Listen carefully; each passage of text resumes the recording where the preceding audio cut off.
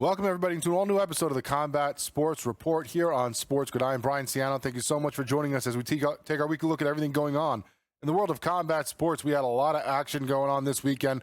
We had cards for the BKFC, for the PFL, who had multiple cards, and as well for Lights Out Extreme Fighting. So lots of action to talk about. We'll break down some of that with some of the fighters involved.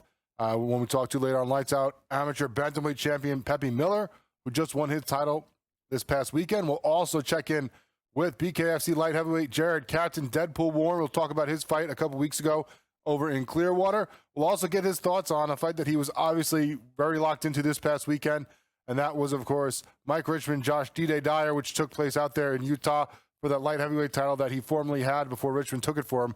We'll get his opinion on their fight, if he thinks that he is next in line for the winner of that fight. And, some of the comments that have been said about the new champion in that division. All that coming up on the show. We'll also break down what we saw from Lights Out Extreme Fighting and PFL Europe this past weekend. PFL also had a card, the main card for the first one. Didn't really get to check out much of that one. We'll try to catch up some of those later in the season as that one progresses further. But lots to talk about, including some other fights that are going to be going on down the line for PFL and the BKFC. We'll check in on the future schedule later in the show as well. But first, let's get into what we saw this past weekend from the BKFC out there in Salt Lake City. Out there for Utah, BKFC 74 on the zone. You had a loaded card, lots of great action. If you haven't checked it out, go ahead. You can just take maybe an hour and get all of it, because you had 10 fights on the card. 8 of them ended by KO TKO, including all the main event fight card. So you have plenty of action in compressed amount of time that you can go check out and enjoy.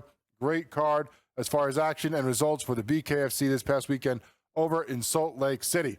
And of course, as we said, it was headlined by a light heavyweight title fight between Mike the Marine Richmond and Josh D-Day Dyer. And of course, Dyer last fought in August of 2024, a first round KO of William Albrecht. Before that, he had no contest fights against Jared Warren and Joe Riggs. Of course, Jared Warren, that one was a rematch. You had the first fight between the two that Dyer had won. That was the rematch. It was supposed to be for the vacant title in this division that unfortunately ended in no contest because of shots to the back of the head that labeled Warren unable to continue. But now he was D-Day Dyer coming back here trying to get his chance at the belt again, this time against Mike the Marine Richmond, who was coming off winning that title from Jared Warren back in December down there in Florida. So now he was defending the title for the first time, and we would see if he could hold on to it. He was going to be shorter. He was going to be, not as long in his reach as his opponent, but we thought that maybe he could still get that by second round TKO because of the precision punching that we've seen out of him, because of that just sniper-like ability from the former Marine, who could just throw that one punch in the right spot that puts guys down left and right throughout his career. Well, that's not how it ended up this time, because the one who was going down in this fight was Mike the Marine Richmond. Went down a couple times, both in the second round and later on in the fight. He had some brutal shots taken by him as well. Much of the fight was, let's say the first round at least, was Richmond kind of coming forward. Both guys a lot of respect, a little slower to get going. But then the rest of the fight, second, third, fourth round, all those involved the picking apart of the champion.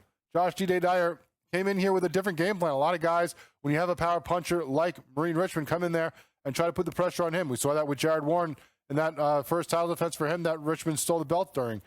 A lot of guys come forward. They try to put the pressure, get him on his back foot, thinking that that'll negate his power a little bit, and it doesn't work out for them. In this case, it was Richmond the one coming forward.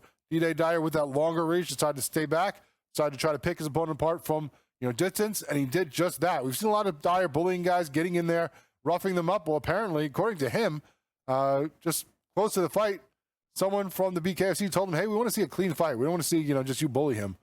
So he decided to completely switch up his game plan, and it worked to perfection for him. Picked apart his opponent throughout 4 rounds, and then in the middle of the 4th round, after Dyer loads a big combo on Richmond, the blood's flowing down, you get the ref stepping in there and getting the Marine checked out by the doc, and he says no more. That is it. That is the end of the fight. The doctor steps in, 4th round TKO for the new champion of the light heavyweight division, and that is Josh D-Day Dyer. You can see, of course, afterwards, if you go check out some of the social media pictures or the videos, Mike the Marine Richmond had a huge hematoma over his left eye. So, it makes sense for the doctors to say this was just too much and he could not continue. But in the post-fight, Josh Dyer was talking about how he wants to be an inspiration for people, in their struggles, in their fight, as they try to reach their goals as he had It took him a long time to get this title that he wanted. And, he talked a little bit backstage about all those things as he, reflected for the first time as the new champion. I just want to say, this is the scariest thing I ever did in my life. I was scared to do this, but I did it. The difference between a coward and a brave person is nothing at all. They both feel the same fear. The brave person just does something about it. The coward runs away. We all the same. To the right. It's your choices that make you a winner.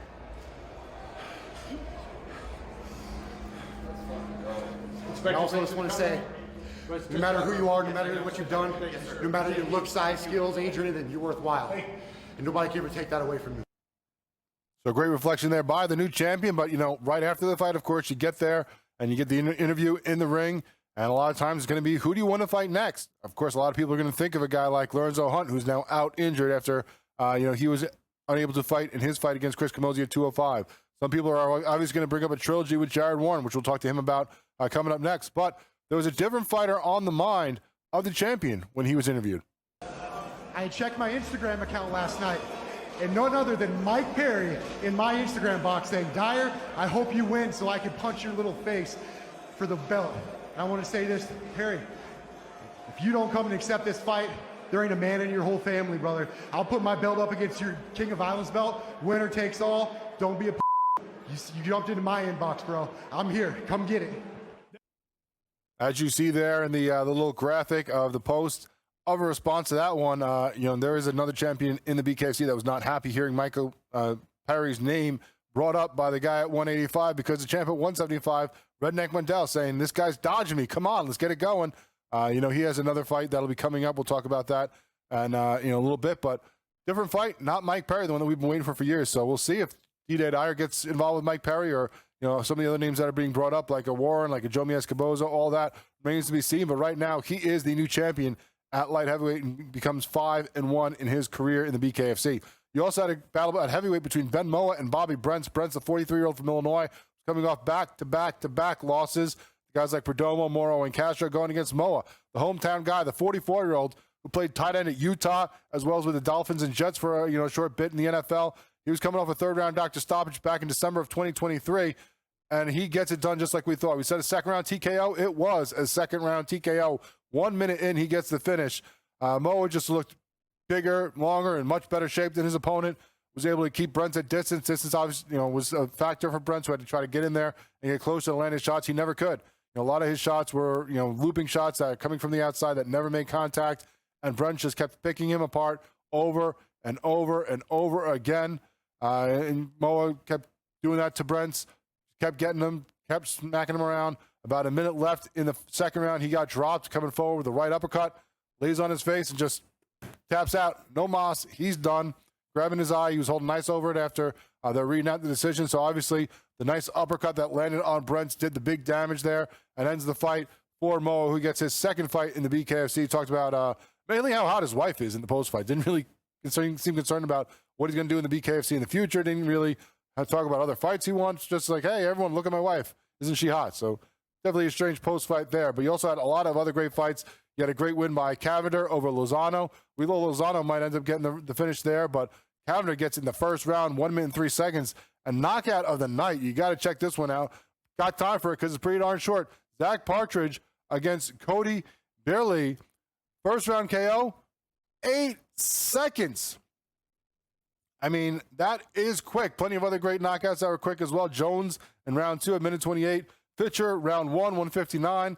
Silva by third round KO at 148 into that round. Another first round KO by Cavender, as we said, and Bradshaw, a fourth round KO. So lots of great action, a couple decisions, but lots of great fights out there in Salt Lake City, Utah for the BKFC this past weekend.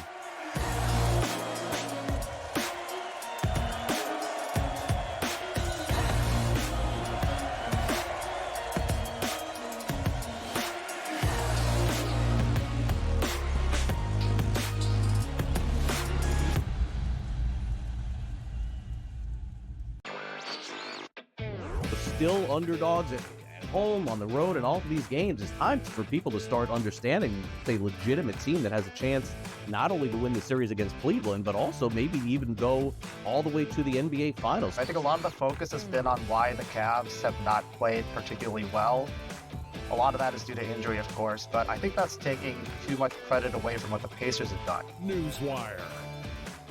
Only on SportsGrid. Malaysia Fawali, who you guys know I am a huge fan, has decided to switch allegiances and stay in league. And now she's going to go play for Kim Mulkey. Her, Flau'jae Johnson in the backcourt. It's going to be interesting to watch. You wonder sometimes with roster construction, maybe too much is not too good. Betting above the rim. Only on SportsGrid. Jason Tatum underwent surgery to repair a torn right Achilles tendon. That is obviously a season-ending injury, and you know that's long rehab. You're talking That's a year. That's a year. I don't wish that on anybody. I don't. I hate that Achilles, knees and ankles. I don't like talking about them. I've said it a million times. But screw the Celtics. Pharrell Coast to Coast. Only on SportsGrid. Two guys that can do it all. Too much electricity this morning. This is a good time. We're having a lot of fun. I had to do a triple take. Ka-ching! Why? Because of parity. I didn't mean to offend. Yeah, it's not going to happen. Load management is a dirty word. Let him rip. You know what? Circumstances provide the results. What? How do you do this once? Oh, Donnie, you got such a good show there. A network that is booming. The Early Line. Only on SportsGrid.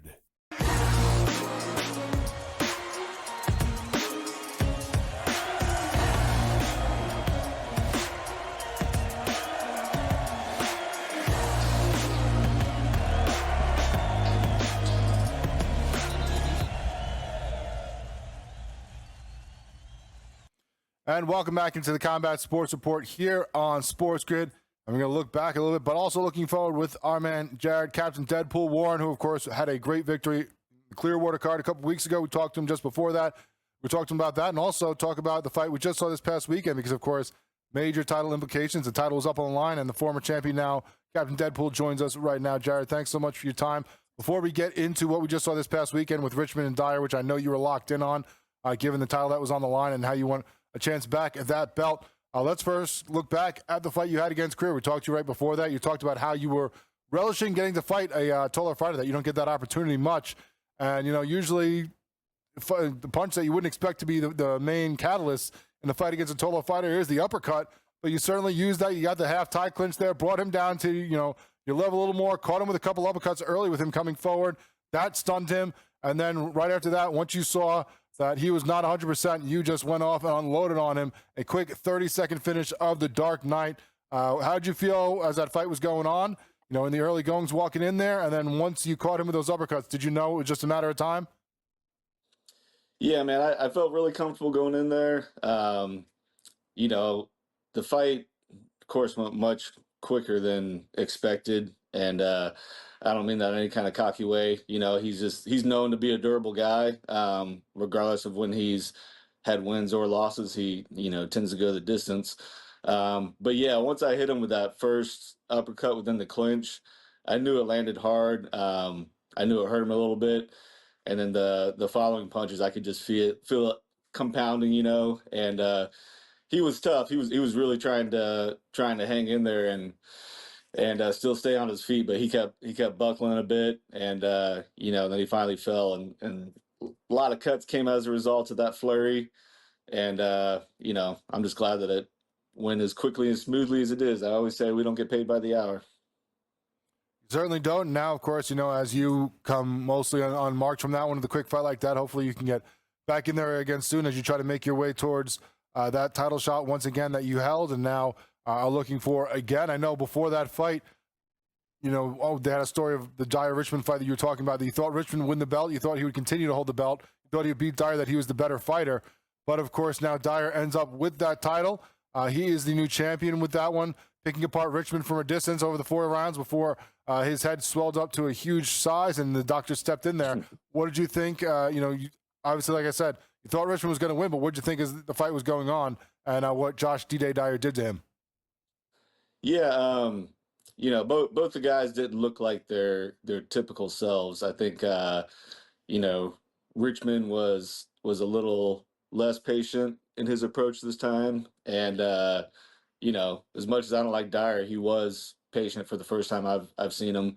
So, they both had different game plans, and obviously Dyer's worked out for him.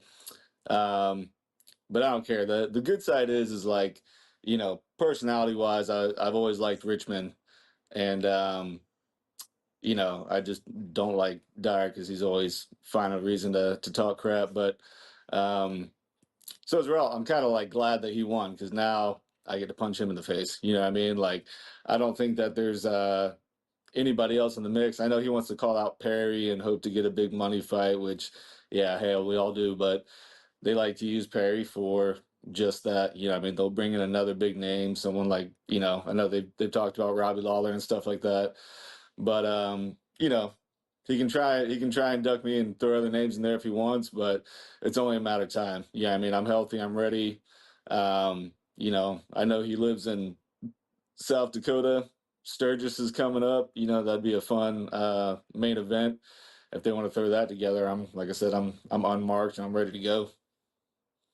Well, we'll see if that ends up happening. It doesn't seem like he is in a rush to make it happen. I heard him talking to Brian Sosha earlier, about different things about the fight, about you, about, who might be next. And he was saying probably first that he's going to take a couple months off, probably take care of some stuff, and then get back into it to defend the title. So I don't think Sturgis would be in the mix. But, he also, talking about you and your team, claimed that you guys, kind of pushed him in the backdrop. After that second fight that ended the way it did, the no contest with the shots to the back of the head, it seemed like you had no animosity, but it seems like he has a lot of it from that, saying that you and your team, didn't want the rematch right away, that he acted like you guys were avoiding him and, kind of put him on the back burner and went and fought other people. So he said he's willing to fight you, but he also said that he wants to make you wait, and wants to make you suffer, it seems like. What do you think of that? Did you hear those comments before, and what are you thinking now? No, I didn't hear any of this stuff. I tend not to watch it because it's just terrible. But he can try and avoid me. He can try and duck me. And as far as when the situation was reversed, it wasn't that anybody was ducking him. He just didn't bring anything to the table. Like, the only thing he had attached to his name at that point was that he beat me 5 years ago when I wasn't even with Shift at that point. I didn't have a coach. I was just doing, self-training and hitting the bag. And he just, since then he's had nothing but no contest, and he beat one guy that was almost 50 years old. So I really don't think he even deserved a title shot in the first place. But now that he worked his way in there and he did well against someone like Richmond, now I'm ready to take his head off. You know what I mean? Like, let's go. You can try and take your break if you want, but that doesn't mean I'm going to stop coming for you. And if, he tries to slow play this, if he tries to throw weight around and have someone else first and make you wait, is there anybody that you have, do you want to go against Richmond and try to erase that? Or do you feel like, you're in the driver position as the guy who should get the next title shot and you don't want to screw that up by, maybe going and fighting somebody else in the interim? If they offer me somebody else in the meantime, I'll take it. But honestly, the belt is my only goal. I'm ranked at the top of the division. I don't see anybody else in the division that would, have much of a storyline to it at this point, as far as wins and losses are going. So, like I said, put me in, coach. Let's go. Well, you want the trilogy. We want the trilogy. We'll see if Dave Feldman and the rest of the BKFC makes that happen. You and Josh D-Day Dyer for the third time, for the belt the second time, and hopefully getting the conclusion that we were hoping for in the second one. But Josh, Jared Warren, thanks so much for joining us. Captain Deadpool, another great win against Joseph Creer there. And we're looking forward to seeing what's next for you in the BKFC. Thanks, brother.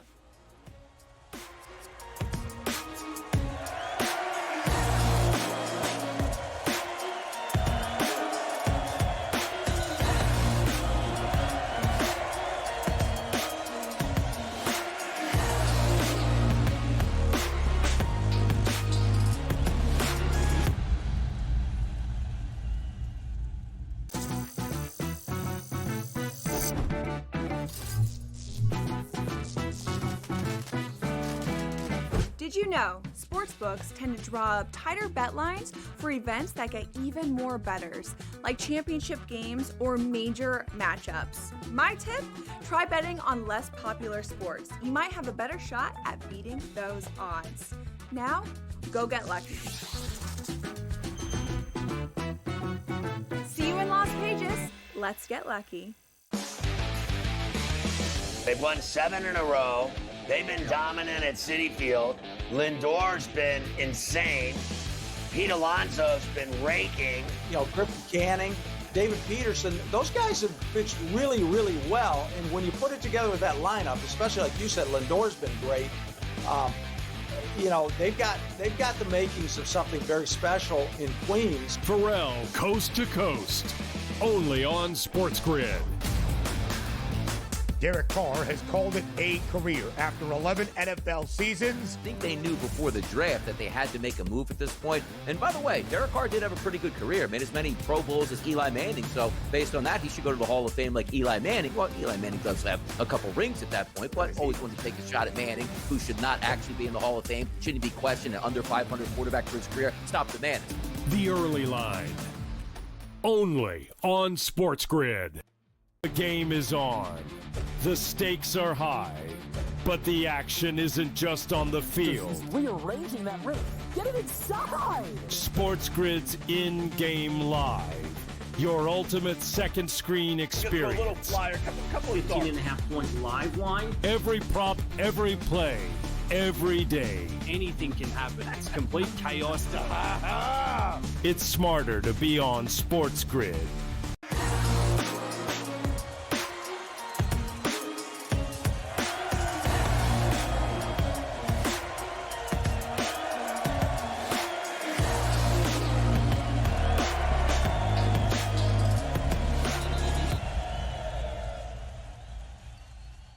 Welcome back into the Combat Sports Report. Thanks so much to Jared Warren for connecting with us and talking to us about his fight that he had in Clearwater and his thoughts on the new champion of the light heavyweight division, Josh D-Day Dyer, and his comments about Jared Warren, if we'll get a trilogy between those guys.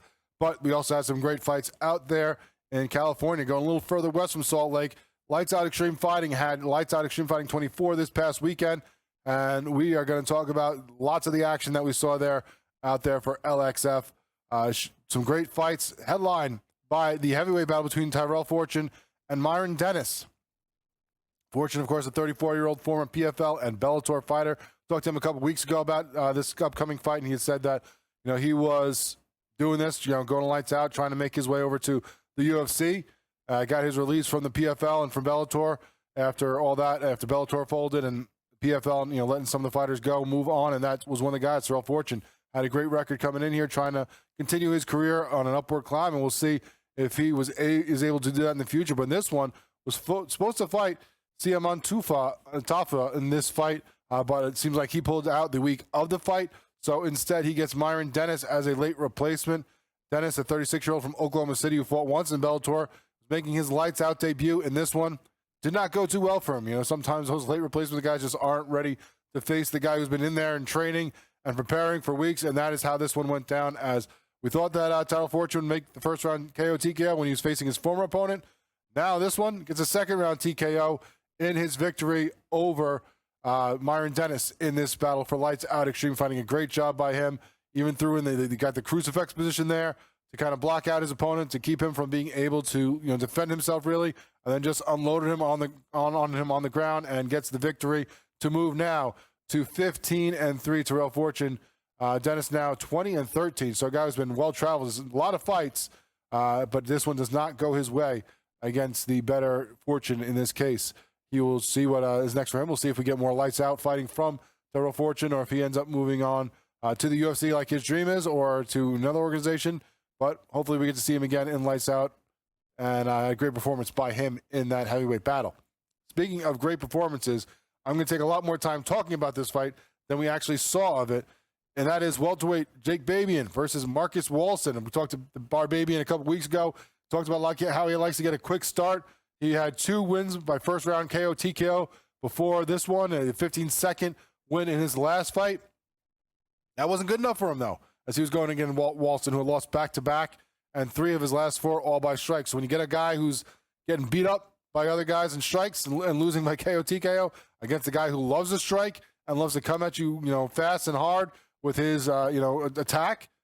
Doesn't sound like it's a great outcome for Walston, and it wasn't. We thought Babian would get the first round TKO, so what does he do? He gets it in 8 seconds. Here it is. Watch the highlight. You can count them with us. The kick, the takedown, the throwdown, the beatdown. It's over. 8 seconds is all it takes for the Barbadian to get another victory in lights out extreme fighting. You see the exuberance by him jumping out of the cage, going and meeting up with some of the fans there who were rooting him on. A great job by Jake Babian getting another win in lights out extreme fighting.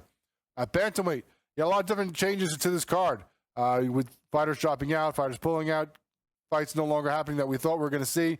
But the next one on the main card that we saw as far as pro fights went was bantamweight. Salvatore Bruno versus Brandon Arndt. Bruno was a 29-year-old, 2-fight losing streak back in 2024 last year, so he was coming in there looking for a little redemption. Arndt had 4 lights-out fights before this one, had won his last one over Jairo Gonzalez by first-round TKO last July. Bruno gets the win here by a third-round TKO with ground and pound. As you see there, just getting the mount and unloading on his opponent, getting out of that losing schneid and back on his winning ways. The 29-year-old gets another victory and now moves to 3-3 in his career. His opponent also now 3-3. But a great job by Bruno. When you're having things not go your way for a couple of fights, sometimes it's hard to break out of it. Looked like he did a pretty good job right there doing just that, getting back to 500, and we'll see what is next for him, whether it be with lights out or someone else. Then you had a bunch of amateur fights on the card, filling things out as well. You always have some of those with lights out extreme fighting, but this one ended up having a little bit more of them because of some of the fights that had to get canceled the week of. Starting with, of course, as we talked about, the bantamweight title fight for the amateurs for lights out extreme fighting. Peppi Miller versus Ciano. Ciano was 3-0 coming in and last fought March 21st in a different league. Had fought for lights out in February, so he's been very busy. He's going against Miller, who was 2-1, coming in on a 2-fight win streak. That's now a 3-fight win streak as he gets the second round TKO over his opponent. The great shot to the head, and then follows him to the ground, gets the finish. Good job by him. Also, you had a win by Hernandez, third round TKO as an amateur. You had a bantamweight first round TKO by Jacob Allen and a featherweight win by Matos. So a lot of great amateur action this card for lights out extreme fighting, as well as the heavyweight main event.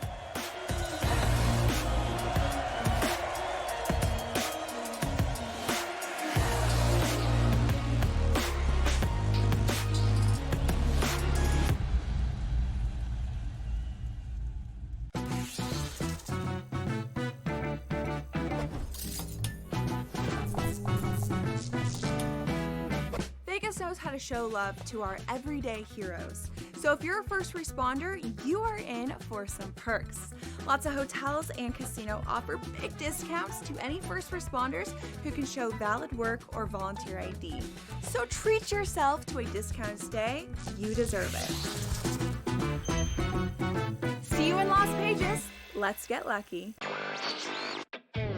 Still underdogs at home, on the road, and all of these games. It's time for people to start understanding it's a legitimate team that has a chance not only to win the series against Cleveland, but also maybe even go all the way to the NBA Finals. I think a lot of the focus has been on why the Cavs have not played particularly well. A lot of that is due to injury, of course, but I think that's taking too much credit away from what the Pacers have done. Newswire. Only on SportsGrid. Derek Carr has called it a career after 11 NFL seasons. I think they knew before the draft that they had to make a move at this point. And by the way, Derek Carr did have a pretty good career. Made as many Pro Bowls as Eli Manning. So based on that, he should go to the Hall of Fame like Eli Manning. Well, Eli Manning does have a couple rings at that point, but always wanted to take a shot at Manning, who should not actually be in the Hall of Fame. Shouldn't be questioned, an under 500 quarterback for his career. Stop the man. The Early Line. Only on SportsGrid. The game is on. The stakes are high. But the action isn't just on the field. He's rearranging that ring. Get it inside! SportsGrid's in-game live. Your ultimate second screen experience. A little flyer, couple of 15.5 point live line. Every prop, every play, every day. Anything can happen. It's complete chaos. It's smarter to be on SportsGrid.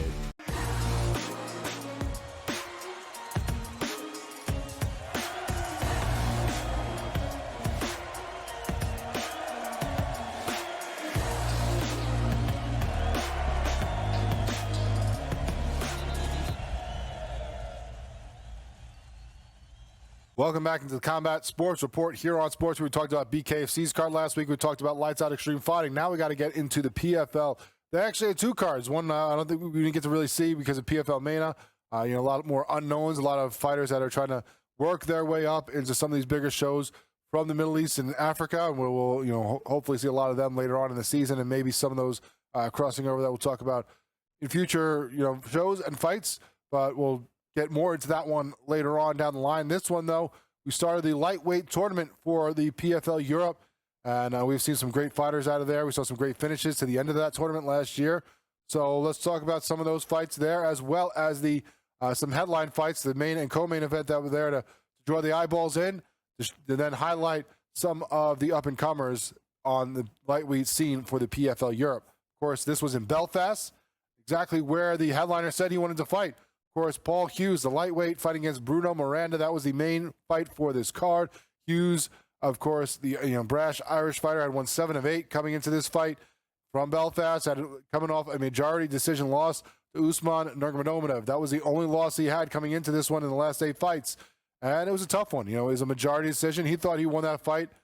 I don't, but still had a great performance. Lasted a lot longer than many people have against many of the Nurmagomedovs, let alone Usman, who is the champion of Bellator. Before we'll see what he does now with the PFL, now that everything has been folded in completely. But it was a great battle between those guys. A lot of respect going towards Hughes from a lot of people, because some people thought that maybe he didn't deserve that shot so quickly in his career with the major leagues here in PFL and Bellator. But he got it. He lived up to the hype, didn't get the victory, but still earned a lot of credit from many people. Now going against Miranda, 34-year-old Brazilian, who had 6 fights in the PFL before, had lost 2 or 3, but had beaten Patricky Pitbull in his last fight in June of 24. So now coming in there against the hometown guy in Hughes. Hughes had a great performance and gets the first round TKO. 42 seconds is all it took for the Irishman to get the win in front of Belfast. Just mauling his opponent, coming in there and picking him apart, dropping him there. And that is the end of that one. A great shot by him. Sometimes all it takes when you got that kind of power is one shot, and he did that and had a great performance, had a great fight in front of the fans, had a great event. Everything that he wanted it to be, I'm sure. He talked about how he was dreaming to headline an event at that arena, got his chance, and certainly delivered. And after, of course, now he is now 14-2. That's his 7th career knockout win. Of course, there was only one guy on his mind after the fight.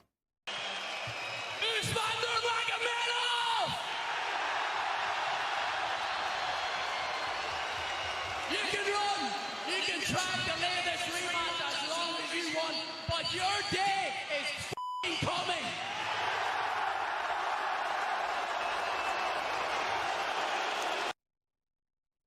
He wants to fight Usman again. We'll see if he gets that opportunity. That was an impressive performance. That's definitely the type of one to rubber stamp maybe getting that rematch. Of course, we'll see what the PFL has in mind with some of their upcoming fights that they're going to start announcing over the next couple months. We'll see if Usman is in there against somebody else first, or if Hughes gets a shot at him once again. But still, a great performance by him. And, one thing you like to see, too, with a guy like that, even though he's very brash and cocky and, runs his mouth a lot to get what he wants in this fight game, he does have a lot of respect when it comes down to it in the end, too. And we got to see that after the fight, as you saw him and Miranda out there hanging out a little bit, sharing a beer. You get in there and you want to take a guy's head off afterwards, though. You get that warrior mentality that you show the respect to each other, and that's what these guys did out there in Belfast. So great to see for them, and we're looking forward to see both of them back in the cage soon for the PFL. Then at bantamweight, you had a featured matchup between Lewis McGrillen and Alan Philpott. McGrillen, the 24-year-old from Manchester, the 2024 PFL Europe bantamweight champion. Now, of course, he talked about how he wants to take a little time, do some of these showcase featured fight kind of things instead of jumping right into the tournament like he didn't do that this year. He'll wait. Maybe next year we'll see him in that. But didn't go the Dakota Ditcheva route where he wins Europe and then comes over to the main PFL tournament. He decides to take a year and have some more fights here and develop more. And he did that against Philpott, the 32-year-old from Australia, who was having his first PFL fight, 21-16 coming in.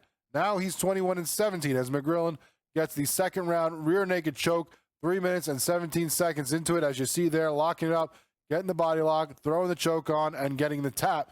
So a good job by McGrillen, who's now 12-1 in his career. And that is his first submission finish. You go on, see the video of him celebrating afterwards, basically saying, who's saying I got no ground game? Because obviously before that, He had 10 finishes by KO TKO, never had a submission. That's his first one. So now he's proving maybe he's not just one-dimensional, and he could be even more dangerous than we thought he was already after winning that PFL European Bantamweight Championship. Also on that card, as we said, you had lightweight tournament starting for the PFL Europe. You had some other fights as well on some other featured fights in different weight classes, but we're going to focus on the lightweights and what they did and get this tournament kicked off there. The main one, the top one that we saw was Sebastian DeFranco versus Connor Hughes. Another Hughes going in the mix here. Hughes is 27 from Liverpool, 2024 PFL European lightweight tournament runner-up. So now trying to get back in the mix after he lost to Jacob Kazkuba by 4th round TKO last year. Trying to get back in this tournament, trying to win it this time around. We'll see if he can do that as he took on DeFranco. The 30-year-old Belgian was making his PFL debut and had lost 2 of his last 3 coming in. Hughes gets the victory here by 2nd round KO. 2 minutes and 46 seconds in there. So one more step towards trying to get redemption and winning that title that he couldn't last year. He is now 11-2. As you see him catch the kick, throw the punch, and then finish off his opponent. Great strikes by him to get the win. We'll see what is next for him as he moves on after being 11-2 now. 5 of those wins by KO TKO, the same way he won this fight. Also, in that tournament, the guy who would face Hughes would be coming from the fight before him, Gino Van Steenis versus Decky McAllen.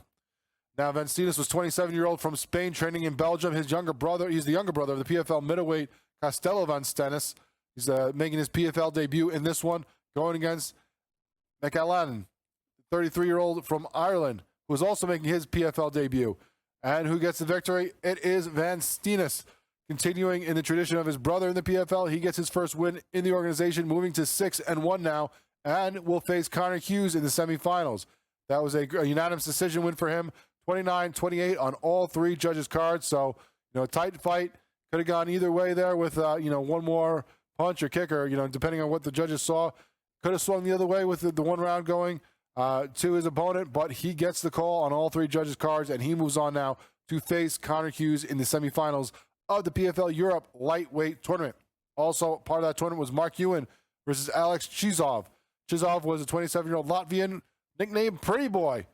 Not necessarily a nickname you want to have when you're a fighter because, it makes it seem like you're not that tough, but it was his 3rd PFL European season. He lost the first match in both the previous 2 years, so looking to improve upon that and get the victory this one. Going against Ewan, the Scottish fighter with 1 fight in Bellator before this one. Chizov is the one who gets the victory, so he gets that improvement. Instead of losing the first fight in the European tournament like he did the last 2 years, he gets that first win by 1st round TKO, 1 minute and 33 seconds into the round there. A good feint there, some kicks, some punches, but his opponent goes down with that great kick. Something, obviously probably an injury to the leg, lets him get on top, get the finish, and now he moves on and moves to 11-3 in his career. That's his 7th finish victory in his career. 10 of his 11 wins are by finish, by KO, TKO, or submission. So a guy who likes to get in there, mix it up, and doesn't like to go the distance. Great job by him. Gets the victory in the first round early on in that fight.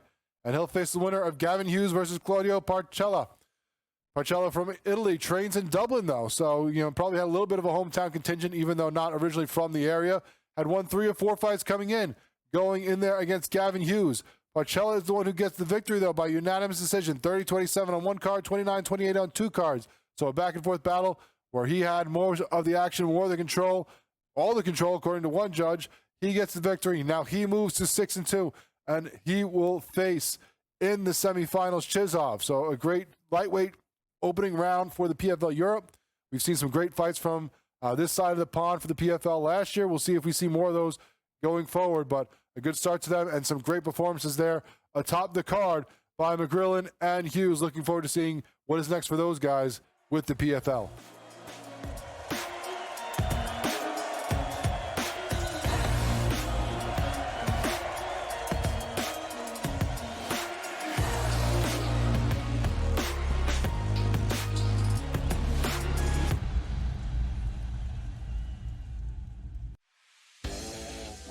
Jason Tatum underwent surgery to repair a torn right Achilles tendon. That is obviously a season-ending injury, and that's long rehab. You're talking that's a year. That's a year.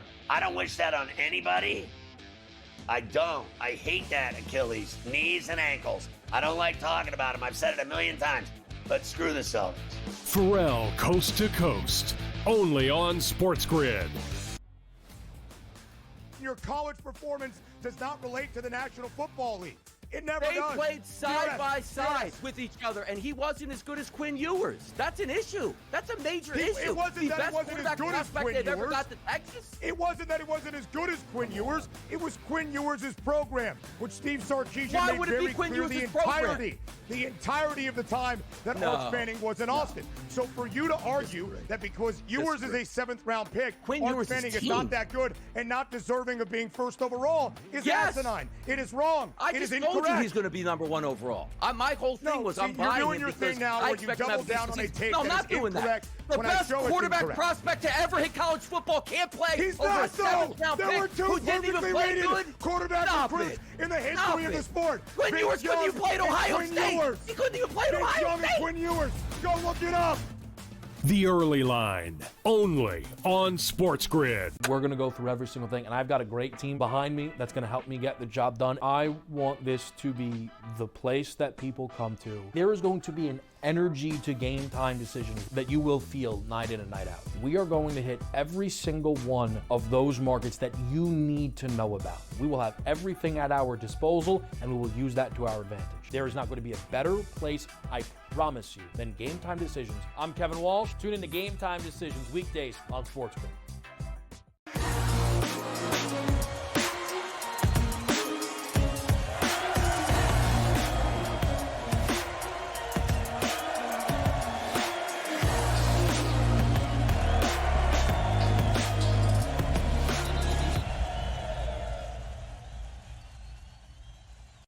Welcome back into the Combat Sports Report here on SportsGrid. There were some great fights out there in California for lights out extreme fighting this past weekend. We talked about the card earlier, and one of those guys who made a great win for himself and getting his name known out there right now is Peppi Miller, who now became the lights out amateur bantamweight champion with his victory this past weekend.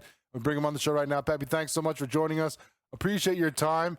How are you feeling? How does it feel to hear those words? The champion, whenever you're introduced, how's that feel the first couple of days of having that added to your name now? Feels amazing. It feels amazing. All the hard work and all the dedication paying off. It feels great.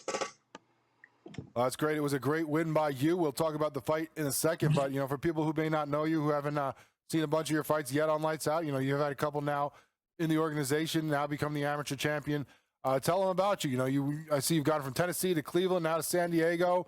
Well-traveled man throughout this country. Trying to make his dreams come true. I'll just give people a little bit of a background on the new champion in the amateur bantamweight division for Lights Out Extreme Fighting. Yes, I'm originally from Cleveland, Ohio. I was raised in Tennessee. I got a little country stoutedness to me. So. I came to San Diego. I used to be in the military. I used to be in the Navy. I'm a Navy veteran. And I came out here and I fell in love with the weather. I love San Diego. And I just been grinding out here ever since. Well, thank you very much for your service. We appreciate everything you did to protect this country. Now we're appreciating what you're doing in your second career here as an MMA fighter. As we'll see if it becomes your main career. Obviously, now still an amateur, 3-1. You have you lost your first fight, your first amateur fight there. Now have gone on a 3-fight win streak. What's been the big difference for you as you have progressed now in the beginning of your career here with these amateur fights? In the first one, obviously didn't go your way, but now on a 3-fight win streak. What do you think the biggest changes have been as you learn to make this what you're doing? Dialing it in, dialing everything in. Like you said, I didn't get the results that I wanted in that first fight, and I took that as a learning experience, and I just dialed everything, and I got sharp, I got more focus, and I learned how to channel that energy into greatness. We've done a great job so far. You got a decision in the first one, now the TKO in these last two. Has anything changed? Has it, been the improvement in your striking as you get more comfortable in this? Is it just, maybe changing your game plan of how you go out there? was it a little more passive in the early going, and now you're just letting it loose? What's been the big change for you that has made your striking so dangerous these last couple fights? I would say it's all mindset. I mean, he's a very game opponent. Every fighter that comes out of lights out or 2 lights out is ready and has that dog in him, and it is really about the mindset challenging, and then my faith in myself, my confidence, and all the work that I put in, and putting God first, and then a lot of my upbringing is like. It prepared me for moments in these opportunities and these platforms to be great. Well, you've been doing a great job. Obviously, I'm sure the military prepared you for that as well. You see a lot of former military transition into this career, transition into MMA fighting, into all different types of combat sports because of what you need to learn to protect yourself and protect the country. So that helped you as well, I'm sure. What were some of the highlights of your military career before you started doing MMA and started getting to that? And is this where you thought you'd be, as you were still out there in the Navy? Did you think that when you finished up, when your service was done, that this would be the transition you make, or did it just something you fell into? Absolutely. I knew from a very young age that I had a talent, and it was really about how can I show the world this talent, honestly. And being in the military was just like a stepping stone, and it solidified that, like, hey, I want to be here doing this more. I always knew that eventually I'll be somewhere putting hands on people.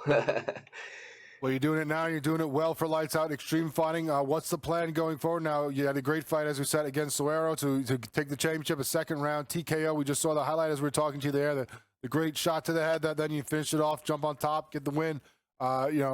Is there a plan with you and your coaches and your team about how many more fights before you want to turn pro? Or is this something that's going to be coming now that you got this belt? You're going to go right to the pro ranks. What is the outlook for you now as you have this amateur title? Just keep working, keep progressing. It's in the stars. Honestly, I just want to get with my team. I want to help my teammates earn some of their titles. Just keep being sharp, keep getting better, because I know it's more great highlights out there and more dog fights out there, and I just want to be prepared and be the greatest person that I can be, and fighter that I can be out there. So. And what's the experience been for you with Lights Out so far, these first couple of fights? A lot of fighters, love Sean and what he's doing with the organization and how supportive he is of them. And, not just fighting for Lights Out, but fighting beyond that and to other organizations in the future. How's your experience been so far with Lights Out Extreme Fighting? Lights Out is amazing. Sean Merriman is an amazing person. Always showing love. Always, I'm very thankful for him. And the experience that he and the platforms that he's put down it's amazing. You can't beat it, So until we can, UFC next. And who are you training with out there in San Diego? What gym are you repping, and what coaches are you working with now as you try to make this, full time, dreams come true, moving up and to the big time one day career? Yes, sir. Victory MMA. I'm working with Mike Lemaire. I'm working with Aaron P. I'm working with Coach BJ. I got a plethora of coaches. Coach James, Coach Tick, and all of them is working with me in different areas to be on top of my game. All of them is masters, martial artists in different areas, and I work with all of them strategically. Well, Peppi Miller, thanks so much for joining us and letting us get to know you. And, thanks for the great fighting you've done for Lights Out Extreme Fighting already. We look forward to seeing what is next for you as a new amateur bantamweight champion of Lights Out Extreme Fighting. All right, GMP out. Thank you for having me.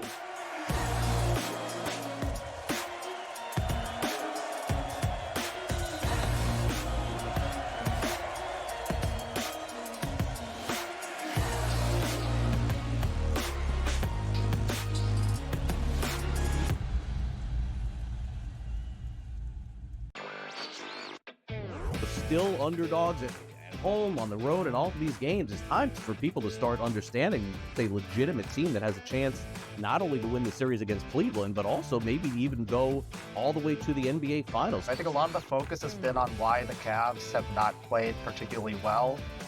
A lot of that is due to injury, of course, but I think that's taking too much credit away from what the Pacers have done. Newswire. Only on SportsGrid.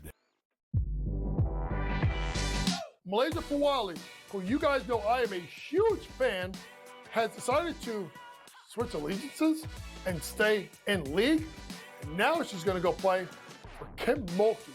Her, Flau'jae Johnson in the backcourt. It's going to be interesting to watch. You wonder sometimes with roster construction, maybe too much is not too good. Betting above the rim. Only on SportsGrid. Jason Tatum underwent surgery to repair a torn right Achilles tendon. That is obviously a season-ending injury, and you know that's long rehab. You're talking That's a year. That's a year. I don't wish that on anybody. I don't. I hate that Achilles, knees and ankles. I don't like talking about them. I've said it a million times. But screw the Celtics. Pharrell Coast to Coast. Only on SportsGrid. The two guys that can do it all. Too much electricity this morning. This is a good time. We're having a lot of fun. I had to do a triple take. Ka-ching! Why? Because of parity. I didn't mean to offend. Yeah, it's not going to happen. Load management is a dirty word. Let him rip. You know what? Circumstances provide the results. What? How do you do this once? Oh, Donnie, you got such a good show there. A network that is booming. The Early Line. Only on SportsGrid.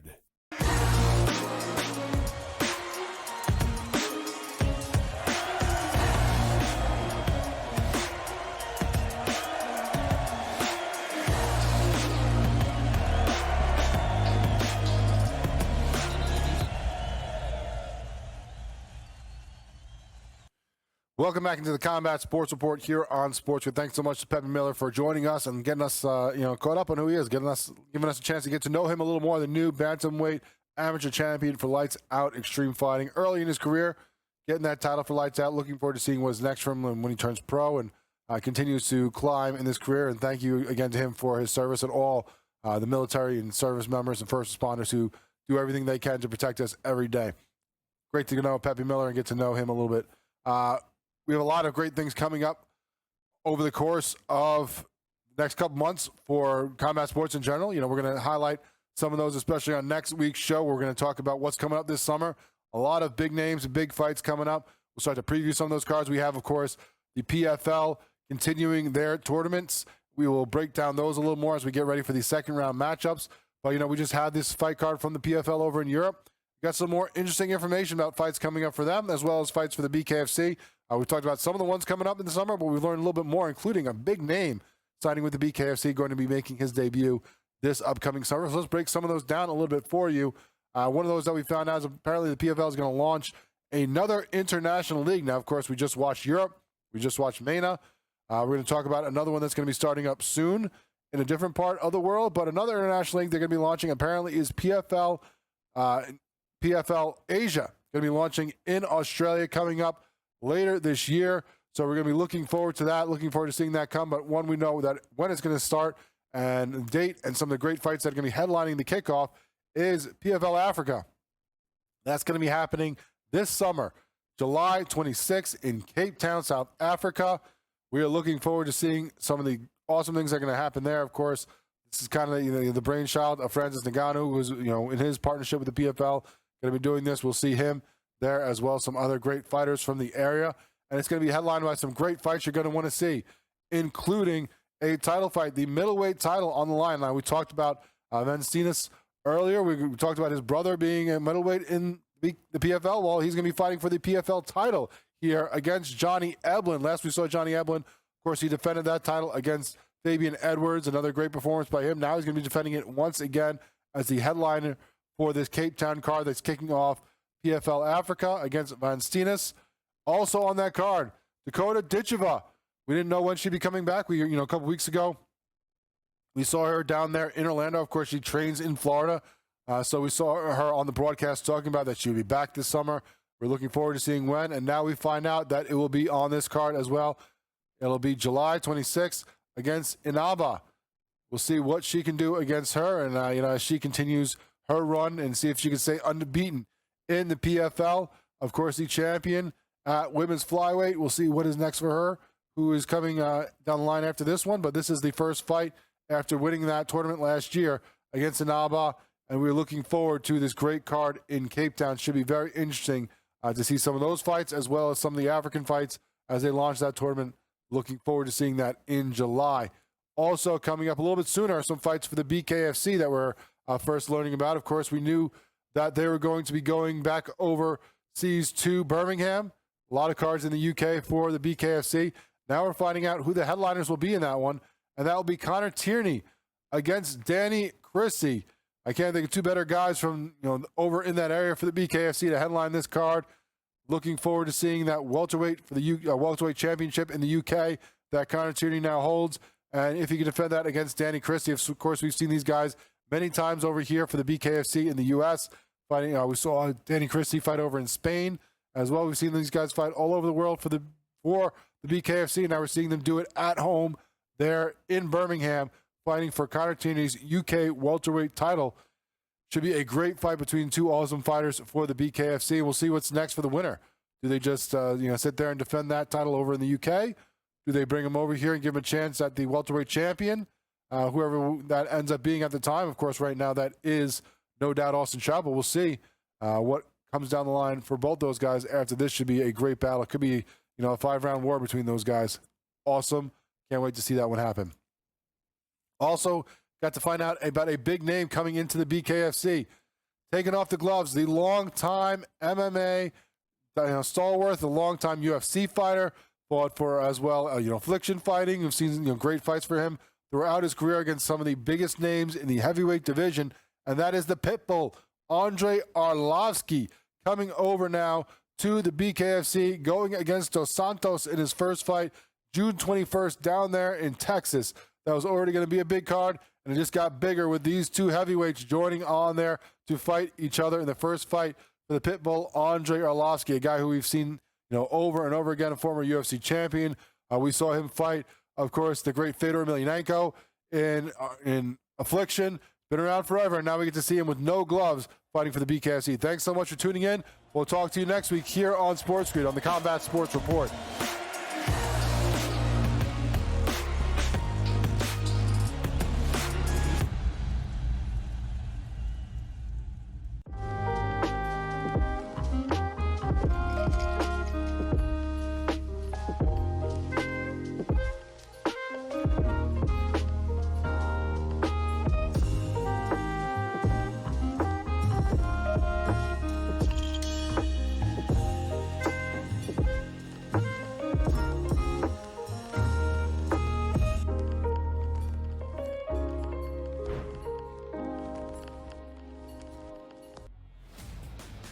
Your college performance does not relate to the National Football League. It never They does. played side by side DRS. with each other, and he wasn't as good as Quinn Ewers. That's an issue. That's a major issue. It wasn't the that best it wasn't as quarterback good as prospect Quinn they've ever Ewers. got to Texas. It wasn't that it wasn't as good as Quinn Ewers. It was Quinn Ewers' program, which Steve Sarkisian Why made would it be very Quinn clear Ewers' program? the entirety of the time that No. Arch Manning was in Austin. So for you to argue that because Ewers is a 7th-round pick, Quinn Arch Ewers' Manning is team. not that good and not deserving of being first overall is asinine. It is wrong. I It just is told you incorrect. he's going to be number 1 overall. My whole thing was I'm you're buying doing it your because thing now I where you expect him to double have a down on a decent take season. No, I'm that not is doing that. incorrect The when I best show it's quarterback incorrect. prospect to ever hit college football can't play He's over a not, though. 7th-round There were pick two who didn't even perfectly play rated good. quarterback Stop recruits it. in the Stop history of it. the sport. Quinn Vince Ewers couldn't Young even play at and Ohio Quinn State. Ewers. He couldn't even play at Vince Ohio Young State. and Quinn Ewers. Go look it up. The Early Line, only on SportsGrid. We're going to go through every single thing, and I've got a great team behind me that's going to help me get the job done. I want this to be the place that people come to. There is going to be an energy to game time decisions that you will feel night in and night out. We are going to hit every single one of those markets that you need to know about. We will have everything at our disposal, and we will use that to our advantage. There is not going to be a better place, I promise you, than Game Time Decisions. I'm Kevin Walsh. Tune in to Game Time Decisions weekdays on SportsGrid.